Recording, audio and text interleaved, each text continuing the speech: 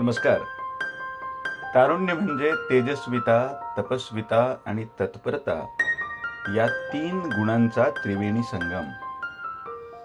या संगमाचा आविष्कार घडून यावा अशा खूप कमी जागा असतात. यातलीच एक जागा म्हणजे स्नेह संमेलन. या स्नेह संमेलनाच्या माध्यमातून तरुणाईच्या प्रज्ञेला आणि प्रतिभेला आविष्काराचं व्यासपीठ मिळावं यासाठी मागील 6 वर्षांपासून यशवंत युवक महोत्सव असा आगळा वेगळा कार्यक्रम यशवंत महाविद्यालय नांदेड यांच्या माध्यमातून घेतला जातो. महाविद्यालयाचे प्राचार्य डॉक्टर गणेशचंद्र शिंदे यांच्या आगळ्या वेगळ्या कल्पनेतून या कार्यक्रमाचं आयोजन केलं जातं. यावर्षी 23 फेब्रुवारी 2026 ते 28 फेब्रुवारी 2026 या कालखंडात यशवंत युवक महोत्सव 2026 हा पार पडला. 23 फेब्रुवारी 2026 या दिवशी उद्घाटनाचा कार्यक्रम होता. या उद्घाटनाच्या कार्यक्रमात नांदेडचे कर्तव्यदक्ष उपविभागीय अधिकारी डॉक्टर सचिन खल्लाळ सर यांच्या हस्ते या महोत्सवाचं उद्घाटन झालं. सोहळ्याच्या अध्यक्षस्थानी संस्थेचे सहसचिव प्राचार्य डॉक्टर रावसाहेब शेंदारकर हे होते. तर कार्यक्रमाच्या प्रमुख उपस्थितीमध्ये प्राचार्य डॉक्टर GN शिंदे सर आणि यशवंत युवक महोत्सव 2026 चे समन्वयक डॉक्टर YN पांडे यांची मुख्य उपस्थिती होती. या कार्यक्रमाच्या प्रसंगी उद्घाटक म्हणून डॉक्टर सचिन खल्लाळ सर यांनी जी मांडणी केली ती अतिशय मूलभूत आणि महत्त्वाची होती. ती अधिकाधिक विद्यार्थ्यांपर्यंत पोचावी म्हणून आमचा हा छोटासा प्रयत्न. आपल्याला ही मांडणी नक्की आवडेल अशी अपेक्षा आहे. धन्यवाद. नमस्कार, माझे नाव गोदावरी वैजनाथ कानशुक्ले. मी तुम्हाला डॉक्टर सचिन खल्लाळ सर यांचा परिचय करून देणार आहे. गर्दीत उभे राहणे माझे ध्येय नाही, गर्दीत उभे राहणे माझे ध्येय नाही, मला ती व्यक्ती बनायची आहे ज्याची गर्दी वाट पाहिल. ही ओळ जणू त्यांच्या व्यक्तिमत्वाचीच साक्ष देते. रसिक श्रोते, विद्यार्थी आणि प्राध्यापक वृंद यांचे आतुरलेले कान ज्यांना ऐकण्यास वाट पाहत होते त्या क्षणी मंचावर येतात डॉक्टर सचिन खल्लाळ सर. नांदेड शहरातील उपविभागीय अधिकारी म्हणून कार्यरत असलेले हे व्यक्तिमत्व केवळ प्रशासकीय पदावर नसून ते विचारांच्या शिखरावर उभे आहे. 2014 पासून ते प्रशासनात कार्यरत आहेत. त्यांची कौटुंबिक पार्श्वभूमी ही ग्रामीण भागातील आहे. त्यांचे वडील हे जिल्हा परिषदेमध्ये प्राथमिक शिक्षक होते. ग्रामीण भागातील असल्यामुळे त्यांना निसर्गाबद्दल जिव्हाळा आहे. म्हणून त्यांच्या कार्यात कोरडेपणा नाही तर ओलावा आणि जबाबदारीची जाण आहे. वाचन त्यांच्या आयुष्याचा केवळ छंद नाही तर तो त्यांच्या जीवनाचा अविभाज्य घटक आहे. वैचारिक साहित्य तसेच नॉन फिक्शन पुस्तकं वाचायची त्यांना आवड आहे. मनोरंजनापुरते वाचन मर्यादित न राहता वाचनातून प्रबोधन, आत्मशोध आणि वैचारिक समृद्धी साधावी असा त्यांचा दृष्टिकोन आहे. माणूस कितीही व्यस्त असो त्याने वाचन आणि व्यायामासाठी वेळ दिलाच पाहिजे. ते असे केवळ म्हणून थांबलेले नाहीत तर त्यांच्या दिनचर्येचा तो भाग बनला आहे. नियमित व्यायाम, सातत्यपूर्ण वाचन आणि प्रशासकीय जबाबदारी या त्रिवेणी संगमातून त्यांनी स्वतःचे व्यक्तिमत्व घडवले आहे.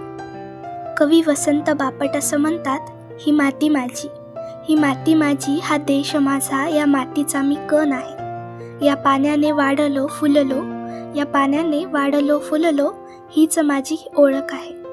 या ओळी जणू त्यांच्या कार्यधोरणाचेच प्रतिबिंब आहेत.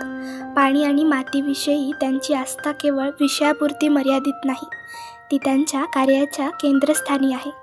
ज्या भूमीत ते कार्य करतात त्या भूमीत जलसंवर्धनाला ते प्राधान्य देतात. अर्धापूर परिसरातील पाणी आणि मातीविषयक प्रश्नांवर प्रभावी उपाययोजना करण्याचाही त्यांचा विचार आहे. ग्रामीण समाजाच्या वेदना समजून घेणारे, समस्यांकडे केवळ प्रशासकीय दृष्टीने नव्हे तर मानवी संवेदनांनी पाहणारे असे ते सक्षम प्रशासक.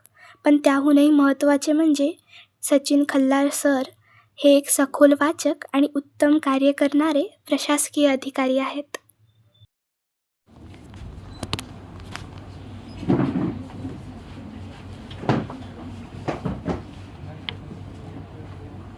आजच्या कार्यक्रमाच्या उद्घाटन प्रसंगी व्यासपीठावर उपस्थित सर्व सन्माननीय, ज्यांच्या समन्वयातून मला इथे तुमच्याशी संवाद साधण्याची संधी मिळते ते माझे मित्र विश्वाधार देशमुख सर आणि माझ्या मित्रमैत्रिणींनो, खूप सुंदर परिचय करून दिला. त्याच्यामुळे कदाचित तुमच्या अपेक्षा फार उंचावल्या पण असतील. पहिल्यांदा सांगतो, माझे पाय जमिनीवर आहे, एवढा ग्रेट कदाचित नसेल. विकसित भारत 2047 ही अतिशय प्रभावी थीम ह्या कार्यक्रमाची नेमलेली आहे. म्हणजे एकंदरीतच कॉलेजच्या गॅदरिंग्स हा मनाला उभारी देणारा विषय असतो. वसंत ऋतू सुरू होत आहे, चैत्र महिन्याची आपण वाट पाहतोय. झाडांवर पानाफुलांवर नवीन पालवी येईल आणि तसाच चैतन्याचा उत्सव हा शाळा कॉलेजांमध्ये सुद्धा असतो. माझ्या कॉलेजचे दिवस मला आठवतात. जनरली आता सरांनी सांगितलं की काही ठराविकच मुलं असतात नेहमी दरवर्षी गॅदरिंगमध्ये इकडे तिकडे करणारी. माझ्या कॉलेजमध्ये मी त्या ठराविक विद्यार्थ्यांपैकी असायचो. शिक्षकांना मी वर्गखोल्यातून कमी माहीत असायचो, स्टेजवरून जास्त माहीत असायचो. त्याच्यामुळे इथं आलं की सतत मी कुठंतरी माझ्या कॉलेजचे दिवस शोधतो. म्हणजे की जनरली व्यासपीठाच्या मागे त्यांची गडबड चालू असते की आता हे किती मिनिटात संपवतील, पुढे हा कार्यक्रम करायचा आहे, पुढे आता काव्य वाचन आहे, हे साहेब किती वेळ बोलतील, हे सतत ज्यांना टेन्शन असतं त्या पोरांपैकी आम्ही आमच्या दिवसांमध्ये होतो. त्याच्यामुळं खरं तर ह्या तरुणाईच्या सळसळत्या महोत्सवाच्या उद्घाटन प्रसंगी हा सरांनी जसं सांगितलं तसा हा तारुण्याच्या चैतन्याचा उत्सव असतो. अशा प्रसंगी फार काही गंभीर आणि धीरगंभीर बोलून तुम्हाला सिरियस करण्याचा काही माझा मानस नाही. तथापि विषयाच्या अनुषंगाने जे काही मला तुम्हाला सांगण्यासारखं माझ्याकडे काही आहे संचित असं वाटतं ते मी नक्कीच तुम्हाला सांगेल. विकसित भारत 2047 ह्या विषयावर थोडंसं बोलेन. त्याच्यानंतर तुम्ही मला प्रशासकीय अधिकारी म्हणून बोलवले त्याच्याबद्दल थोडंसं बोलेन आणि त्यानंतर मी थांबेल. तत्पूर्वी कॉलेजचे काही सुंदर उपक्रम आहेत त्याच्याबद्दल मला म्हणजे आय वॉज रिअली इम्प्रेस्ड. मी आल्यानंतर इथे थोडा वेळ केबिनमध्ये बसलो होतो. शिंदे सर होते आणि शेंदारकर सर होते. विश्वाधार सर आले आणि त्यांनी सांगायला सुरुवात केली. बिब्लिओफाईल्सबद्दल मी ऐकलेलं होतं आणि माझी फार इच्छा होती की नेमकं काय आहे कसं. मला स्वतःला वाचनाची आवड आहे. प्रशासनात किती जरी बिझी असतो तरी माझ्या गाडीमध्ये एक पुस्तक असतं, युजली मराठीचं, कारण मराठी वाचायला कमी त्रास होतो. आम्हाला दौऱ्यावर वगैरे जावं लागतं तर मराठीचं एक पुस्तक असतंच. आता रूपगंधा म्हणून सुरेश भटांचं काव्यसंग्रह ठेवलेला आहे तर हे असतंच. आणि एक इंग्रजी पुस्तक घरी चालू असतं. संध्याकाळी आल्यानंतर मी ते वाचतो. सध्या एरिक फ्रॉमचं द सेंट सोसायटी नावाचं पुस्तक माझ्या वाचनामध्ये ते मी वाचतो. संपत आलं. तर हे वाचन आवडीचा विषय असल्यामुळे मला बिब्लिओफाईल्सबद्दल फार उत्सुकता होती की नेमकं काय आहे आणि ज्या पद्धतीने ते केलं जातं आहे. मला शांतिनिकेतनची आठवण आली. म्हणजे रवींद्रनाथ टागोरांनी जसं सांगितलं होतं की शिक्षण म्हणजे फक्त 4 बंद खोल्यांमध्येच द्यायची गोष्ट नाही आहे, तर विद्यार्थ्यांना सगळंच रस रंग गंध ह्या सगळ्या गोष्टींचं विद्यार्थ्यांना म्हणजे सगळ्या 5 सेन्सेसमधनं शिक्षण असतं. शिक्षण काय फक्त बघितलं वाचलं पाठ केलं हे शिक्षण नव्हेच. तर ते खुल्या आकाशाखाली शिक्षण कुठंतरी ज्ञानग्रहणाची ही जी पहल आहे, हा जो उपक्रम आहे तो मला खूपच मनापासून आवडला. माझी इच्छा आहे कार्यक्रमानंतर सुद्धा मला पुस्तकं बघायची नेमकी कोणती. तर वाचन कट्टा हा उपक्रम असेल किंवा मूव्हीजबद्दलचा सांगितला की चांगल्या चांगल्या मूव्हीज दर्जेदार मूव्हीज बघितल्या जातात आणि मग डायरेक्टरला पत्र लिहिलं जातात. काही खूप चांगल्या मूव्हीज आहेत. आता IMDbवर आपण जे टॉप IMDbचे मूव्हीज असतात त्याच्यामधले काही चांगल्या आहेत. आपल्याकडे मेनली मूव्हीज हॉलिवूड सेंट्रिक जास्त असतात. तर काही जे इतर देशांच्या मूव्हीज आहेत. इकिरू नावाचा एक जपानी मूव्ही माझ्या बघण्यामध्ये आला होता. तो पण म्हणजे सुंदर आहे. मतलब इकिरू हा जपानी मूव्ही त्याच्यामध्ये असं असतं की रिटायर्ड ब्युरोक्रॅट असतो आणि त्याला असं लक्षात येतं की मला कॅन्सर झाला आहे आणि मग आता तो आयुष्याचा शोध घेण्यासाठी वेगवेगळ्या गोष्टी करून बघतो की मग आता आयुष्य संपतच आलं आहे आणि काय नेमकं हाशील काय. मग तो खूप पैसे उधळतो. मग त्याला वाटते की ह्या गोष्टी केल्याने आनंद मिळेल का. त्याला काही आनंद मिळत नाही. मग अशा खूप साऱ्या गोष्टी करून बघतो. त्याला आनंद शेवटी मिळतो कुठंतरी त्याच्या महानगरपालिकेच्या भागामध्ये अतिक्रमण केलेलं असतं आणि ती मूळ लहान मुलांची बाग असते आणि तो असं ठरवतो की मी अतिक्रमण हटवणार आणि तिथे पहिल्यासारखी बाग फुलवणार. आणि खूप प्रयत्नपूर्वक त्याचा कॅन्सर त्याला मृत्यूकडे क्षणोक्षण घेऊन जात असतो आणि तो खूप प्रयत्न करून ती बाग तो अतिक्रमण हटवतो आणि तिथे एक बाग तयार करतो आणि त्या बागेच्या झोका घेता घेता त्याला मृत्यू येतो. असं एक सुंदर मूवी आहे. म्हणजे एक्झिस्टन्शियलिझम ज्याला आपण फिलॉसॉफीमध्ये म्हणतो की आयुष्याचा अर्थ काय नेमका, आयुष्याची सार्थकता कशामध्ये शोधायची, या प्रश्नाचं उत्तर शोधण्याचा फार सुंदर प्रयत्न त्या चित्रपटामध्ये केलेला आहे. अशी काही माझ्याकडे चित्रपटांची यादी आहे, ती पण 12 अँग्री मेन नावाचा एक अजून चांगला मूवी आहे. तर म्हणजे ह्या सगळ्या गोष्टी ऐकत असताना मला क्लिक होत होते स्वतःशी की अरे हे किती सुंदर केलेलं आहे, हे किती सुंदर केलेलं आहे. म्हणजे मी जे 15 मिनिट बसलो होतो तर I was getting continuous surprises की हे इतके सुंदर उपक्रम खरंच केले जातात. ह्या उपक्रमशीलतेबद्दल खरं तर मी मॅनेजमेंटचं इथल्या सर्व शिक्षकांचं अभिनंदन करतो आणि तुमचं कौतुक. म्हणजे तुमचं यू आर रिअली लकी की ह्या अशा कॅम्पसमध्ये तुम्ही शिकायला आहात. त्याच्यामुळे make the best of it. जेवढं काही जास्तीत जास्त करून घेता येईल, कारण कॉलेजचा हा जो काळ असतो तो स्वतःला एक्सप्लोर करण्याचा काळ असतो, आत्मशोधाचा हा काळ असतो. वाचायचं सुद्धा कशासाठी, याच्यासाठीच की स्वतःचा शोध कुठेतरी काहीतरी क्लिक होतं मध्येच. अरुण साधूचं शोधयात्रा कोणी वाचले का रे? म्हणजे बघा, ही पुस्तकं आपल्याला आपल्या शोधाच्या जवळजवळ नेतात आणि आपण आपल्याला खरं काय पाहिजे ते कुठेतरी सापडतं आणि मग तिथून पुढे मग आपण ते मिळवण्यासाठीचा प्रवास सुरू करायचा असतो. बऱ्याचदा जनरली आपण काय करतो की काय ट्रेंड आहे त्याच्यानुसार चाललेलं असतं. डॉक्टर बनण्याचा ट्रेंड आहे, इंजिनियर बनण्याचा ट्रेंड आहे, प्रशासकीय अधिकारी बनण्याचा ट्रेंड आहे. आपल्याला काय हवं आहे, समाजाला कशाची गरज आहे? इकिगाई नावाची संकल्पना तुला माहिती आहे का? इकिगाई आजकाल ती बरीच फेमस आहे, पुस्तकं वगैरे आहेत बघा इकिगाईची. हां, काय सांगता येईल का?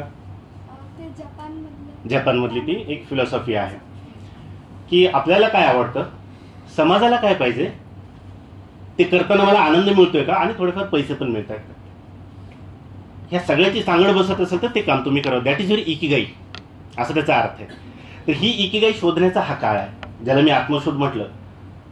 ही तुमची इकिगाई प्रत्येकाची वेगळी असते. कदाचित कुणाला प्रशासकीय अधिकारी बनण्यामध्ये आवड निर्माण होईल, दुसऱ्याला कदाचित सामाजिक कामामध्ये तशी आवड निर्माण होईल, कोणाला राजकीय याच्यामध्ये आवड निर्माण होईल.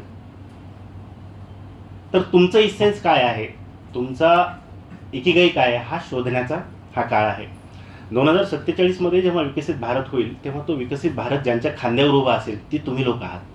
2047चा विकसित भारत या हॉलमध्ये बसलेला आहे. तुमच्यापैकीच काही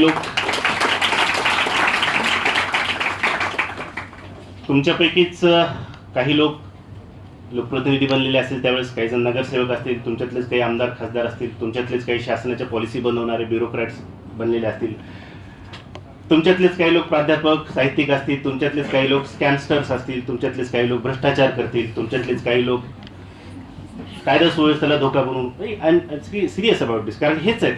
कोण असणार आहेत? तुम्हीच आहात. 2047 मध्ये भारताचं जे काही बरं वाईट होणार आहे ते तुमच्यामुळे होणार आहे. त्याच्यामुळे पहिल्यांदा ही रिस्पॉन्सिबिलिटी तुम्ही ओनअप करा, ती जबाबदारी तुमच्या खांद्यावर आहे. 2047चा भारत कोणीतरी येऊन बनवेल आणि मी त्याच्यामध्ये चित्रपटाला पण तिकीट काढून जातो तसा जाईल आणि जगून घेईल. It is not like that. ही तुमची जबाबदारी, तुम्ही शिल्पकार आहात. 2047 मध्ये भारताचं जर काही बरं वाईट होईल तर ते तुमच्यामुळे होणार आहे. बरं वाईट हा शब्द मुद्दाम वापरतो. 2047चा भारत या हॉलमध्ये बसलेला आहे, तुम्ही ते आहात. एवढी मोठी जबाबदारी बघा, इंडिव्हिज्युअली प्रत्येक. त्यामुळे ही आत्मशोधाची जी फेज आहे ती तुम्ही खूप गांभीर्याने आणि इंटेन्सली घ्यावी. विकसित भारत 2047 याचा प्रत्येक शब्द थोडा महत्वाचा आहे. प्रत्येक शब्दावर थोडं थोडं मी बोलेन. विकास म्हणजे नेमकं काय म्हणायचं, विकास म्हणजेच ग्रोथ का? बरं, एक मी काही मुद्दे लिहून आणले होते, पण आता म्हणजे बोलण्याच्या याच्यामध्ये मी माझं एक्सटेम्पर बोलत जाईल आणि खूप जास्त भाषण लांबतंय असं मला आपोआप लक्षात येईल तुमच्या हालचालीवरून. तिथे मी थांबेल. त्याच्यामुळे असं काही दडपण घेऊ नका. ठीक आहे, इंटरॅक्टिव्ह मी काही बोललो, काही प्रश्न विचारले तर तुम्हाला काही सांगावं असं वाटलं तर सांगा. ठीक आहे, आणि जिथं अगदीच झालं तिथे मग टाळ्या वाजवायला सुरुवात करा, मी थांबून जाईल. म्हणजे आम्ही असं करायचो बऱ्याचदा, म्हणजे कॉलेजमध्ये तर आम्ही टाळ्या वाजवायचो की हे काय थांबतच नाही, म्हणजे काय सांगायचं शेवटी मग टाळ्या. ठीक आहे, तर विकास आणि ग्रोथ, डेव्हलपमेंट आणि ग्रोथ या दोन गोष्टींमध्ये फरक आहे, थोडंसं लक्षात घ्या. ग्रोथ म्हणजे काय की नुसतंच आता एखाद्याला ट्युमर झाला ती पण ग्रोथ आहे, आपण म्हणणार का ती वाढ आहे म्हणून? म्हणजे आता माझं बेसिक एज्युकेशन MBBS झालंय, म्हणजे आता मी MBBS डॉक्टर आहे मुळातला. ट्युमर एखाद्या पेशंटला निर्माण होतो, तिथे पण वाढ होते, मग याला म्हणणार का त्याचा विकास झाला, ग्रोथ झाला? ग्रोथ आणि डेव्हलपमेंट याच्यामध्ये फरक आहे. डेव्हलपमेंट ही एक सर्वांगीण संकल्पना आहे. एखादा देश किंवा एखादा समाज जेव्हा विकसित होतो तेव्हा समाजाचे त्या सगळे भाग विकसित होतात, सर्वार्थाने विकसित होतात. म्हणजे त्याचं इम्पोर्ट एक्सपोर्ट पण वाढणार, त्याचं ॲग्रिकल्चरल प्रोडक्शन पण वाढणार, रिसर्च सुद्धा वाढणार त्या देशामधला, एकंदरीत सिविक सेन्स सुद्धा तिथला वाढणार. एक सर्वांगीण विकास झाला. तो शहरातल्या लोकांचा सुद्धा वाढणार, तो ग्रामीण लोकांचा सुद्धा वाढणार, तो आदिवासी पाड्यांमधल्या लोकांचा सुद्धा वाढणार. याला आपण एक ग्राउंडेड डेव्हलपमेंट म्हणतो. तर विकास ही एक सर्वांगीण कन्सेप्ट आहे, हे आपण लक्षात घ्यायला पाहिजे. आता सर बोलले की आपण जगात 4थ्या नंबरची अर्थव्यवस्था आहोत. म्हणजे हे पण बघा, लक्षात घ्यायला पाहिजे बुद्धिभेद कसा होतो. तुमच्यापैकी रोज पेपर किती लोक वाचतात? हात असा अभिमानाने वर उंच, मी काय विचारणार नाही तुम्हाला त्याच्यातले प्रश्न. एकच जण वाचतो. बघा हे किती आहे म्हणजे ना, म्हणजे आता काही जण लाजून काही लोकांनी हात वर केला नसेल, आय कॅन अंडरस्टँड. या गर्दीतले 4-5 लोक पेपर वाचत असतील तर न्यूजपेपर वाचायला पाहिजे. तुम्ही प्रशासकीय अधिकारी व्हायचं, कोणाकोणाचं स्वप्न आहे? हात वर करा. मोस्टली कोणाचं नाही. ठीक आहे, ओके. तर अधिकारी व्हायचं स्वप्न असू नसू, पण न्यूजपेपर प्रत्येकाने वाचायला पाहिजे. आपल्या अवतीभोवती काय चाललंय हे आपल्याला माहीत पाहिजे. नरहर कुरुंदकरांनी 2 शब्द सांगितलेले फार आवडतात बघ मला. नरहर कुरुंदकर म्हणजे माझ्या भागातले, मी मूळचा वसमत तालुक्यातला आहे, गावातलंच, माझं गावच आहे खेडेगाव, अजून इथं ते शेती आहे. तर आमच्या कुरुंद्याचे नरहर कुरुंदकर सर, त्यांनी त्यांच्या याच्यामध्ये सांगितलं होतं अवलोकन आणि आकलन ह्या 2 गोष्टी महत्त्वाच्या आहेत. मला कॉलेजमध्ये असताना MBBSला मेडिकल कॉलेजमध्ये त्यांचं वाचनात पुस्तक आलं होतं. हे 2 शब्द माझ्या डोक्यात पक्के बसले. आपल्या अवतीभोवती काय चाललंय त्याचं सतत अवलोकन करत राहायला पाहिजे. काय घडतंय समाजकारणात, काय चाललंय राजकारणात, काय चाललंय अर्थशास्त्रात, काय चाललंय. आता बजेट दिलं त्यांनी, तर इकॉनॉमिक सर्व्हे नावाचं एक डॉक्युमेंट येतं त्याच्यासोबत. इकॉनॉमिक सर्व्हे जस्ट असं डाउनलोड करायचं आणि चाळायचं थोडासा 5-10 मिनिटं, चर्चा करायची मित्रांसोबत. माहीत पडतं काय चाललंय जगामध्ये, आपल्या आजूबाजूला काय चाललंय, आंतरराष्ट्रीय स्तरावर काय चाललंय, कोण कुणावर हल्ला करते, का होतं युद्ध, काय प्रॉब्लेम आहे रशिया युक्रेनचा, मग याच्यामध्ये काही सूत्र सापडतं का, याच्याने काही इम्प्लिकेशन आहेत का भविष्यासाठी. तर हे अवलोकन करत करत आकलन हे फार महत्वाचं आहे. म्हणजे ही सजगता, हे अवेअरनेस सतत आपल्यामध्ये असलं पाहिजे. म्हणजे हे उद्या तुम्ही प्रशासकीय अधिकारी व्हायचं ठरवलं काय किंवा सुजाण नागरिक व्हायचं ठरवलं काय, त्याच्यासाठी ही इसेन्शियल क्वालिटी हे असायलाच पाहिजे असं मला वाटतं. तर आपण 4थ्या नंबरची इकॉनॉमी आहोत. 4थ्या नंबरची मग देश वाढला. मग देशातले फक्त काही ठराविक लोकच खूप श्रीमंत होऊन त्यांनी देशाचं उत्पन्न वाढवलं आणि आपण 4थ्या नंबरला काय, पहिल्या नंबरला जरी जाऊन बसलो तर त्याच्याने काही होणार आहे का फरक? नाही. इकॉनॉमिक्सचे किती पोरं आहेत? इकॉनॉमिक्स कोणाकोणाचं? अर्थशास्त्र. मला कोणी सांगा गिनी कोएफिशियंट काय असतं सांगा बरं. अरे गिनी कोएफिशियंट, अर्थशास्त्राचे सर कुठे? गिनी कोएफिशियंट काय असतं? समजा एखाद्या देशामध्ये 100 रुपये आहेत, तर ते 100 रुपये जर एकाच माणसाकडे असतील, म्हणजे हे विषमतेचं निर्देशक आहे. गिनी कोएफिशियंट हा विषमता किती एखाद्या समाजात हे दाखवतो. मग ते 100 रुपये एखाद्या देशामध्ये आहेत आणि ते 100 रुपये एकाच माणसाकडे असतील, तर गिनी कोएफिशियंट 1, म्हणजे संपत्तीचं संपूर्ण एकीकरण एकाच व्यक्तीकडे झालेलं आहे. आणि ते 100 रुपये 100 माणसाकडे समानतेने 1-1 रुपया असा आहे, तर गिनी कोएफिशियंट 0, म्हणजे समानता आहे सगळीकडे. अर्थात परफेक्ट सिच्युएशन कुठेच नसते, आधेमध्ये कुठेतरी आपण असतो. तर मग नुसतं GDPला अर्थ नाही, तर ती संपत्ती किती समानपणे वाटलेली आहे याला सुद्धा महत्व आहे. तर विकसित भारत जेव्हा आपण म्हणतो तेव्हा ही सुद्धा गोष्ट महत्वाची. त्याच्यानंतर आपण दुसऱ्या शब्दावर येऊ, भारत. भारत म्हणजे जेव्हा आपण म्हणतो भारतावर माझं प्रेम आहे किंवा देशावर माझं प्रेम आहे, तेव्हा आपल्या डोक्यात नेमकी संकल्पना काय असते? आपल्याला काय समोर येतं? आपल्याला फक्त देशाचा नकाशा समोर येतो, आपल्याला माहित असलेले ठराविक काही लोक आपल्या समोर येतात, चित्रपटामध्ये बघितलेलं काहीतरी आपल्या लक्षात येतं. तर भारत हा, भारतामध्ये राहणारी लोक आहेत, नॉर्थ ईस्टमध्ये राहणारी लोक आहेत, झारखंडमध्ये राहणारी लोक आहेत, जंगलामध्ये राहणारी लोक आहेत, खेड्यापाड्यातून काम करणारी लोक आहेत. ही सगळी माणसं जेव्हा एकत्र येतात तेव्हा त्यांचा भारत बनतो.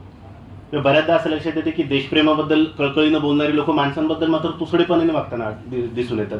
हे खरं देशप्रेम नव्हे. तर भारत काय हे सुरुवातीला लक्षात घ्यायला पाहिजे. भारत आणि इंडियामध्ये काही फरक आहे का? आता आपण बघतो की जे मी आता बोललो 2 स्तर आहेत का कुठे, ह्याचा आता ही तुमच्या खांद्यावरची जबाबदारी. 2047 मध्ये हा तुमचा होमवर्क आहे. इथं तुम्हाला काम करावं लागेल. म्हणजे खरोखरच विकसित भारत 2047 पर्यंत आपल्याला घडवायचा आहे. तर इंडियामध्ये कोण राहतंय, भारतात कोण राहतंय, डिजिटल डिव्हाइड काय आहे, काही लोक खरंच एकदमच पेरिफेरीला राहत आहेत का, या गोष्टीची आपल्याला जाणीव असली पाहिजे. ह्या जाणीवेनं अस्वस्थता कुठेतरी आपल्या मनात निर्माण व्हायला पाहिजे आणि त्या अस्वस्थतेतून तुमचा शोध सुरू झाला पाहिजे आणि त्या शोधातून तुम्ही जे काय कराल ते पवित्र असेल. तुम्ही शिक्षक झालात, तुम्ही IAS ऑफिसर झालात, तुम्ही सायंटिस्ट झालात, त्याला पावित्र्य असेल. तर ही तुमची भूमिका असायला पाहिजे. स्वातंत्र्य 2047ला आपल्याला 100 वर्ष होतील. एरिक फ्रॉमने फार सुंदर म्हटलेलं आहे, आपल्याला फ्रीडम फ्रॉम मिळालं, पण फ्रीडम टू काय ते अजून नाही कळलेलं. इंग्रजांपासून आपल्याला 1947 साली स्वातंत्र्य मिळालं, पण कशासाठीचं, काय करण्याचं स्वातंत्र्य मिळालं? मोबाईलवर बघण्याचं, रील्स. तर ह्या प्रश्नाचे उत्तर पण आपण बघणं महत्वाचं आहे की फ्रीडम फ्रॉम हे कळलं आपल्याला, पण फ्रीडम टू काय हे सुद्धा, याचं सुद्धा कुठेतरी आपल्या स्तरावर शोध राहायला पाहिजे. आता तुमच्या समोर बोलताना म्हणजे खरं तर खूप मोठा फरक आहे. म्हणजे आता मी माझ्या गॅदरिंगचं उदाहरण सांगितलं तर आमच्या वेळेची जनरेशन आणि तुमची जनरेशन याच्यामध्ये फार फरक आहे. मला वाटतं 2000च्या आधी जन्मलेलं कुणीच नसेल तुमच्यामध्ये. 2000च्या आधी जन्मलेलं कुणी आहे का? हात वर करा. कुणीच नाहीये. ओके, म्हणजे सगळे तुम्ही जेन झी आहात, कारण ही फार खतरनाक जनरेशन आहे. असं जेन झी म्हणजे तुमची जनरेशन काय करेल काही सांगता येत नाही. म्हणजे तुम्ही रिव्हॉल्युशन घडून आणलेले आहेत आणि क्रांत्या घडून आणलेल्या आहेत, सरकार पाडलेली आहेत. त्याच्यामुळे एक प्रचंड पोटेन्शियल असलेली जनरेशन आहे. काय फरक काय झाला बेसिकली की तुम्ही जेव्हापासून जन्माला तेव्हा टेक्नॉलॉजी सतत तुमच्या आजूबाजूला होती. म्हणजे मोबाईल, तुम्ही ही जनरेशन आहात जे लहानपणी खात नसतील, झोपत नसतील तर तुम्हाला युट्यूबचे व्हिडिओ आई बाबा दाखवत होते. ही तुम्ही जनरेशन आहात. अच्छा, तुम्ही त्याच्या आधीचे आहेत. ओके. जनरली टेक्नॉलॉजीच्या आजूबाजूने टेक्नॉलॉजीला धरून वाढलेली ही जनरेशन आहे आणि बऱ्यापैकी ॲफ्लुएन्स होता. म्हणजे आता आम्हाला आठवते, मी वसमतच्या मंगळवार पेठ, वसमतचं कोणी आहे खरं? ओके, वसमतला गावात मंगळवार पेठ म्हणून जुनी आहे. मंगळवार पेठमध्ये वाडे असायचे, वाड्यामध्ये असं आणि 2-4 घर किरायाने राहायचे. वडील प्राथमिक शिक्षक होते, पत्र्याचं घर होतं लिटरली. म्हणजे 250 स्क्वेअर फूटमध्ये सगळा संसार होता. आई वडील 3 भावंड आणि पत्रे असायचे. त्यावेळेस काही वाटायचं नाही, म्हणजे सगळेजण तसे होते ना. मग त्यावेळेस असं वाईट काही वाटायचं नाही की आपण गरीब आहोत वगैरे. म्हणजे आजही असं नाही गरीब होतो असं वाटत नाही. Lower middle class, primary teacher वडील होते आणि एक खोली आणि एक किचन, बस एवढंच. त्याला तर बेडरूम, हॉल, किचन वगैरे हे नंतर, हे वेगवेगळं असतं का हे पण नंतर कळलं. म्हणजे एक हॉल असायचा आणि एक छोटंसं स्वयंपाकघर होतं आणि तेवढंच, आणि पत्रे असायचे वर आणि कॉमन टॉयलेट बाथरूम. म्हणजे लाईनला वाट बघत बसवावं लागायचं. असं जेवढे काही किरायेदार असायचे फॅमिली त्या सगळ्या. तर याच्यामधून म्हणजे आमची जनरेशन त्याच्यामधून हार्डशिप म्हणजे अशा काही नवीन नव्हत्या. खेळ जे असायचे ते गल्लीमध्ये खेळायचं होतं आम्ही. मग गल्लीत काही मारलं, काही मार खाल्ला, मार दिला ते बाहेरच्या बाहेर, आई वडिलांपर्यंत त्या गोष्टी यायच्या नाही. तर ही म्हणजे आमची जनरेशन होती. तर कम्पॅरेटिव्हली तुमच्या जनरेशनला एवढ्या हार्डशिप नव्हत्या. तोपर्यंत एकंदरीतच समृद्धी आलेली होती समाजामध्ये. त्याच्यामुळे तुम्ही म्हणजे ही जी जनरेशन आहे ती बऱ्यापैकी समृद्धतेमध्ये लहानाची मोठी झालेली आहे. म्हणजे आम्ही पाहिलेलं ट्रान्झॅक्शन खतरनाक होतं. दूरदर्शन म्हणजे प्रत्येकाच्या घरी टीव्ही नसायचा. रामायण महाभारत आलं त्यावेळेस ब्लॅक अँड व्हाईट टीव्ही असायचे. ज्याच्या घरी टीव्ही असायचे त्याच्या घरी गल्लीतले सगळे लोक येऊन बसायचे. म्हणजे ह्या आमच्या मेमरीज आहेत. तुमच्याबद्दल तसं नाही आहे. थोडंसं कम्पॅरेटिव्ह ॲफ्लुएन्स जास्त होतं. जवळपास प्रत्येकाच्या घरी लहानपणापासून स्वतःचा टीव्ही असेल, बरोबर आहे ना? ओके. आणि तंत्रज्ञान, तर ह्याच्यामुळे थोडीशी धाटणीच तुमच्या जनरेशनची थोडी वेगळी झालेली आहे आणि त्याच्यामुळं थोडीशी आव्हानं सुद्धा तुमच्या पिढीची समोरची वेगळी आहे. एक याच्यामधला सगळ्यात जो आता गांभीर्यानं मुद्दा समोर होतो तो म्हणजे excessive use of screen time, म्हणजे excessive use of technology. Smartphone किती जणांकडे, थोडा हात वर करा. ग्रेट. ओके. हे जे स्क्रीन टाईम आहे तो खूप जास्त आजकालच्या जनरेशनचा होतोय. तो स्क्रीन टाईम हा एक आता जे महाविद्यालयामध्ये काही नवीन उपक्रम आहेत, वाचन कट्टा किंवा काय, तर हे मला वाटते खरंच खूप टाइमली आणि ॲक्युरेट इंटरव्हेन्शन्स आहेत. याच्याने फक्त वेळ जातो असा विषय नाही, परंतु त्याचे सायकोलॉजिकल सुद्धा ड्रॉबॅक्स खूप आहेत. एक म्हणजे स्पॅन ऑफ अटेन्शन कमी होतो. एखादी गोष्ट शिकण्यासाठी किंवा आत्मसात करण्यासाठी सस्टेन्ड अटेन्शन जे लागतं की बसवून एखादी गोष्ट करणं. आता 90 मिनिट बसायचं हे आव्हान आहे. म्हणजे खरंच 90 मिनिट न हालता डुलता किती लोक बसू शकतात? खरंच कोणी प्रयोग केलाय का हा? कंटिन्युअस किती वेळ? 60 मिनिट बसले कुणी? ओके, किती लोक आहेत 60 मिनिट कंटिन्यू बसलेले? पोरांपैकी कोणीच नाही काय? अच्छा, मुली म्हणजे मुलांपैकी नाही कोणी? ओके ओके, तू आहेस. 90 मिनिट कोणी बसले का कंटिन्युअस वाचत? 90 गुड. 2 तास? खरं सांग बरं, मी येऊन बघेल. ओके, 2 तास. 4 तास कोणी बसलं सलग? बिलकुल ना. तर मी तुम्हाला एकच महामंत्र देतो बघा. जो माणूस सलग 4 तास, लक्ष देऊन ऐका, जो माणूस सलग 4 तास कुठल्याही डिस्टर्बन्स शिवाय सलग 4 तास, बरं का, सलग 4 तास वाचत बसू शकतो, तो जगातली कुठलीही परीक्षा पास होऊ शकतो.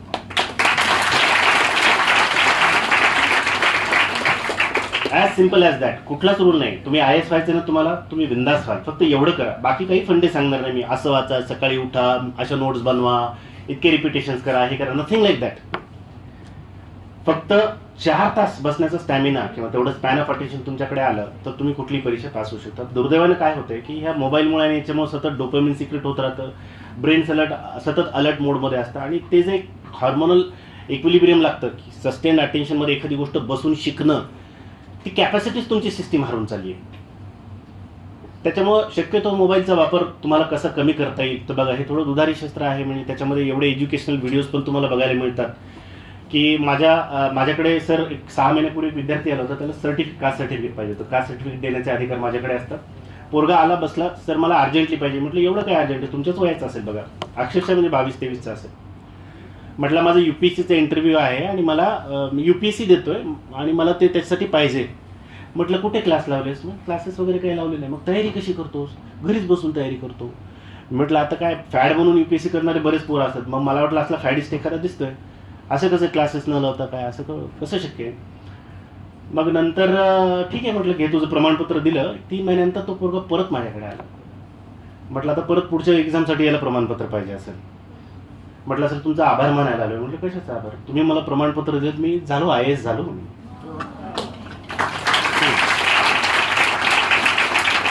मग त्याला बसवलं. अरे बस म्हटलं, आता माझा सगळं पर्स्पेक्टिव्ह बदलला ना. कसा केलास म्हटलं अभ्यास, तू कसा केलास, तू अभ्यास कसा केलास? तर त्यांनी ते यूट्यूबवरचे काही चॅनल्स आणि व्हिडिओज दाखवले की हे मी नेहमी बघायचो आणि याच्यातनं स्वतः नोट्स काढायचो आणि याच्यातनं स्वतः अभ्यास करायचो. म्हणजे दिस इज रिॲलिटी. हे आपल्या आजूबाजूला घडत आहे. कुठलाही क्लास न करता स्वतः सेल्फ तयारीवर हा पोरगा IAS सारखी परीक्षा पास होऊ शकतो. म्हणजे हे त्या तंत्रज्ञानाची पॉझिटिव्ह बाजू आहे. पण तसं थोडंसं आपल्याला निरक्षीर विवेक ज्याला म्हणतो आपण, काय निवडायचं त्या तंत्रज्ञानातलं हे थोडं कळायला पाहिजे. हा थोडासा बॅलन्स करणं आवश्यक आहे. ओके, बाकी मला वाटते म्हणजे मी बरेच काही मुद्दे लिहून आणले होते, ते उपदेशासारखे होते, तर मला वाटतं उपदेशाची डोस अतिशय जास्त देण्यात काही अर्थ नाही. फक्त एवढं सांगेल की खूप चॅलेंजेस पुढे आहेत. कारण जग जेवढं स्टेबल होतं, म्हणजे आमची युनिक जनरेशन होती किंवा हा मानवी इतिहासातलाच युनिक काळ आहे. मागचे 200 वर्ष एवढे स्टेबल कधीच नव्हते जगाच्या इतिहासामध्ये. औद्योगिक क्रांतीची सुरुवात झाली, औद्योगिक क्रांतीनंतर एक स्ट्रक्चर्ड जीवनाला सुरू. 9 ते 5 हे कधीच नव्हतं माणसाच्या आयुष्यात. सकाळी उठून अन्नाच्या शोधाला जायला लागायचं, संध्याकाळी येईपर्यंत वाघ खाऊन टाकली, सिंह खाऊन टाकलीची गॅरंटी नव्हती. मानवी होमोसेपियनच्या आयुष्यातला मेजॉरिटी काळ असा गेलेला आहे. हे ॲबरेशन आहे, हे अननॅचरल आहे. मागच्या 200 वर्षापासून जे आपण बघतोय, औद्योगिक क्रांती झाली, 9 ते 5चे जॉब आले, सगळेजण स्टेबल झाले, सगळ्यांना सकाळ संध्याकाळ खायला मिळायला लागलं. एक माणूस आज जन्मून सलग 60-70 वर्ष जगू शकतो याची एवढी गॅरंटी विश्वाच्या कुठल्या इतिहासाच्या काळात कधीही नव्हती. या अनप्रेसिडेंटेड स्टेबिलिटीच्या काळामध्ये आपण जन्माला आलो किंवा हे मागचे काही वर्ष आहेत. इथून पुढचा काळ तसा नसेल. टेक्नॉलॉजी फार डिसरप्टिव्ह होते आणि तुम्ही बघत असाल की ज्याला आपण म्हणतो पोस्ट मॉडर्नायझेशन, लिबरलिझम आणि ह्या ज्या संकल्पना होत्या की ज्याच्यातून राष्ट्र ही संकल्पना आली, पार्लमेंट, रूल ऑफ लॉ, ह्या संकल्पना कुठंतरी मोडीत निघायला लागलेल्या आहेत. आणि त्याच्यामुळे कदाचित इथून पुढचं जग तसं स्टेबल नसेल आणि ह्या अनस्टेबिलिटीच्या ह्या घातक काळामध्ये तुम्ही जगामध्ये येणार आहात. म्हणजे तुमचं जे कोशातून बाहेरून तुमचं जे फुलपाखरू होण्याचा काळ आहे तो तितका सेफ नसणार आहे. आणि ह्या काळामध्ये आपल्या समाजाला काहीतरी देण्याची आणि आपला समाज स्टेबिलाइज करण्याची जबाबदारीसुद्धा तुमच्या पंखांवर आहे. त्याच्यामुळं ऑपॉर्च्युनिटीज भरपूर आहेत. तुमचा पर्स्पेक्टिव्ह जरी ग्लोबल असला तरी लोकलचं भान विसरू नये असा एक संदेश राहील ह्या ह्याच्यातून. क्लायमेट एन्व्हायरमेंटबद्दल ही जनरेशन खूप जास्त अवेअर आहे. म्हणजे जनरेशन झीने क्लायमेट एन्व्हायरमेंटलबद्दल बरंच काम केलं. तुमच्यामध्ये सुद्धा काही लोक एन्व्हायरमेंटलबद्दल खूप काम करतात असं मला कळलेलं आहे की पर्यावरणाबद्दल एवढं आपल्याला हे आहे, हे खूप चांगलं आहे. पण पर्यावरणाबद्दल आपण काळजी करतो म्हणजे फक्त झाडं लावणं आहे का? आपण जे काही घेतो, समजा तुम्ही जेवढा महागाचा फोन घेतला तेवढं जास्त कार्बन फूटप्रिंट तुमचं तयार होतं. तुमचा जेवढा ब्रँडेड तुम्ही काय वापरताय, गाडी वापरताय किंवा एनिथिंग, बर्गर तुम्ही खाताय किंवा पिझ्झा मागवताय, ह्या ज्या ॲफ्लुएन्सच्या सगळ्या गोष्टी आहेत ना, स्वतःचे चोचले किंवा सोयीच्या गोष्टी, त्या प्रत्येक गोष्टीचं कार्बन फूटप्रिंट जास्त असतात. त्या सगळ्या एन्व्हायरमेंटला जास्त डॅमेज करतात. जेवढं तुम्ही साधं राहाल, जेवढ्या गरजा तुमच्या साध्या राहाल, तेवढं तुम्ही एन्व्हायरमेंटला जपाल, त्या गोष्टीचे कार्बन फूटप्रिंट कमी असतात. म्हणजे एन्व्हायरमेंटलिझम म्हणजे फक्त झाडे लावणं हा जो समज आहे बऱ्याच जणांमध्ये, तो चुकीचा आहे. तुमचं स्वतःचं लाईफस्टाईल तुम्हाला अल्टरली, खरंच तुमचं पर्यावरणावर प्रेम असेल तर तुमचं स्वतःचं लाईफस्टाईल तुम्हाला रॅडिकली पर्यावरणावर प्रेम करणारे थोरोबद्दल ऐकले कोणी? इंग्लिशवाले आहेत का कोणी? डेव्हिड थोरो, हेनरी डेव्हिड थोरो, लिओ टॉलस्टॉय, महात्मा गांधी, या लोकांचं खरं पर्यावरणावर प्रेम होतं आणि त्याच्यानुसार त्यांनी त्यांची लाईफस्टाईल सुद्धा बदलली, साधेपणा स्वीकारला. या साधेपणाकडे परत जायची कुठेतरी आवश्यकता आहे मित्रांनो. मला सांगितलं की बऱ्याच जणांना प्रशासकीय अधिकारी व्हायची इच्छा आहे, बऱ्याच जणांचं ॲस्पिरेशन आहे. हे ॲस्पिरेशन कशातून आहे हा सुद्धा प्रश्न तुम्ही स्वतःला विचारायला पाहिजे. आता बऱ्याचदा सोशल मीडियावर बघतो, त्याच्यामध्ये प्रश्न असतात की IAS ऑफिसरचा पगार किती असतो. म्हणजे हे सोशल मीडियावर येतात बरं का. म्हणजे कॉलेजच्या पोरांनी विचारलेले प्रश्न असतात ते, IASच्या घरी किती नोकर चाकर असतात, IASकडे किती गाड्या असतात. म्हणजे ह्या जर तुमच्या प्रेरणा असतील तर प्रशासकीय सेवेमध्ये येऊ नका. मोठी गाडी मिळते, मोठा बंगला मिळतो, नोकर चाकर मागे पुढे असतात, याच्यासाठी मला अधिकारी व्हायचं असं जर तुम्हाला वाटत असेल तर कृपया तुम्ही प्रशासकीय सेवेमध्ये येऊ नका. हां, परंतु आता मी सांगितलं तसं तुमच्या आत्मशोधाचा एक भाग म्हणून, त्याला सापडलेलं उत्तर म्हणून तुम्हाला जर प्रशासकीय सेवा तुमच्या पुढे येणार असेल, प्रशासकीय सेवा हे एक माध्यम म्हणून, एक साधन म्हणून तुम्हाला सर्वसामान्यांच्या जीवनामध्ये काहीतरी फरक आणायचा असेल, कुठल्या तरी शेतकऱ्याच्या आयुष्यात काही फरक आणायचा असेल, घागरभर पाण्यासाठी मैल जाणाऱ्या महिलांच्या आयुष्यात तुम्हाला काहीतरी फरक आणायचा असेल आणि त्याच्यासाठी तुम्हाला प्रशासकीय सेवेमध्ये यायचं असेल तर तुमचं प्रशासकीय सेवेमध्ये स्वागत आहे.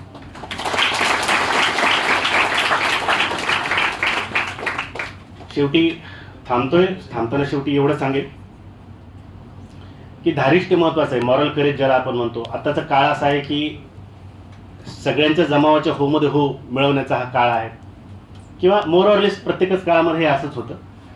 परंतु मॉरल करेज तुमचं एवढं स्ट्रॉंग पाहिजे, एवढी तुमचं नैतिक धारिष्ट इतकं खंबीर पाहिजे की खऱ्याला खरं आणि खोट्याला खोटं जाहीरपणे म्हणण्याची हिंमत तुमच्यामध्ये पाहिजे.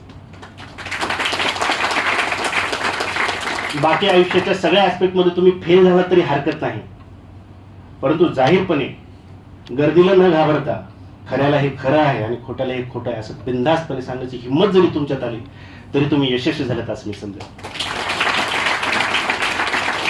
ती यशस्वीता तुमच्या अंगी येऊ, तुमच्या आयुष्याचं सोनं हो. तुमच्या भविष्यासाठी मी सदिच्छा चिंतितो आणि माझे उद्घाटनपर शब्द संपवतो. आजच्या कार्यक्रमाचं उद्घाटन झालं असं जाहीर करतो.